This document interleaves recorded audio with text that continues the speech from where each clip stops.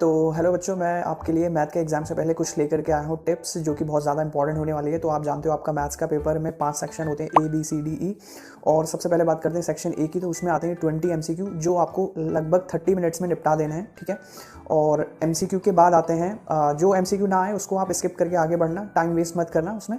तो 20 MCQ करने के बाद 30 मिनट्स में फिर आते हैं 2 मार्क्स के 5 क्वेश्चन, जिसमें आपको जो टाइम देना है वो लगभग 15 मिनट्स देना है। 15 क्योंकि वो छोटे होते हैं, 2 मार्क्स के जल्दी हो जाते हैं, ठीक है। 2 मार्क्स का वहाँ देना, जो नहीं होगा उसके स्किप करके उसके लिए जगह छोड़ के आगे बढ़ जाना है, ठीक है। टाइम को बिल्कुल भी वेस्ट नहीं करना है, क्योंकि मैथ के पेपर में हमारा टाइम वेस्ट बहुत हो जाता है अगर हम एक सवाल पे अटक जाते हैं तो।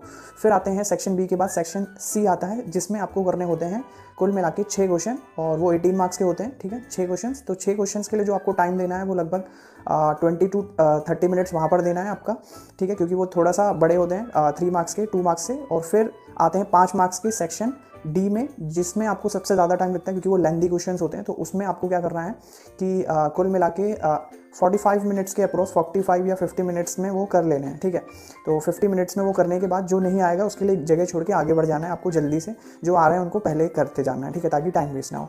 फिर लास्ट में ई सेक्शन आता है, जिसमें केस स्टडी बेस्ड 3 क्वेश्चन होते हैं 4 मार्क्स के, और लास्ट क्वेश्चन में 4 क्वेश्चन आते हैं। लास्ट क्वेश्चन में चॉइस होती है केस स्टडी में, तो उसको ध्यान से करना है आपको। केस स्टडी को करते समय एक चीज़ ध्यान रखना, ज़रूरी नहीं आप केस स्टडी पढ़ो, पहले आप क्वेश्चन पढ़ लेना। अगर क्वेश्चन आपको लग रहा है कि ये डायरेक्ट सॉल्व हो सकता है बिना केस स्टडी पढ़े, तो आप डायरेक्ट उसको सॉल्व करना, केस स्टडी पढ़ने में टाइम वेस्ट मत करना। लेकिन अगर आपको लग रहा है कि अगर क्वेश्चन नहीं हो पाएगा बिना पढ़े, तो आपको पढ़ना है केस स्टडी, ठीक है।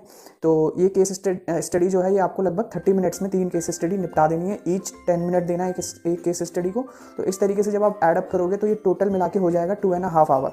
तो 2.5 घंटे आपके कंप्लीट हो चुके होंगे। अब आपको आधा घंटा मिलेगा, जिसमें आप अपना चेक करोगे क्वेश्चन पेपर, कुछ छूट तो नहीं है, एक भी क्वेश्चन को अनअटेम्प्ट या बिना छोड़े घर पे नहीं आना है, ठीक है, उसको करके ही आना है आपको।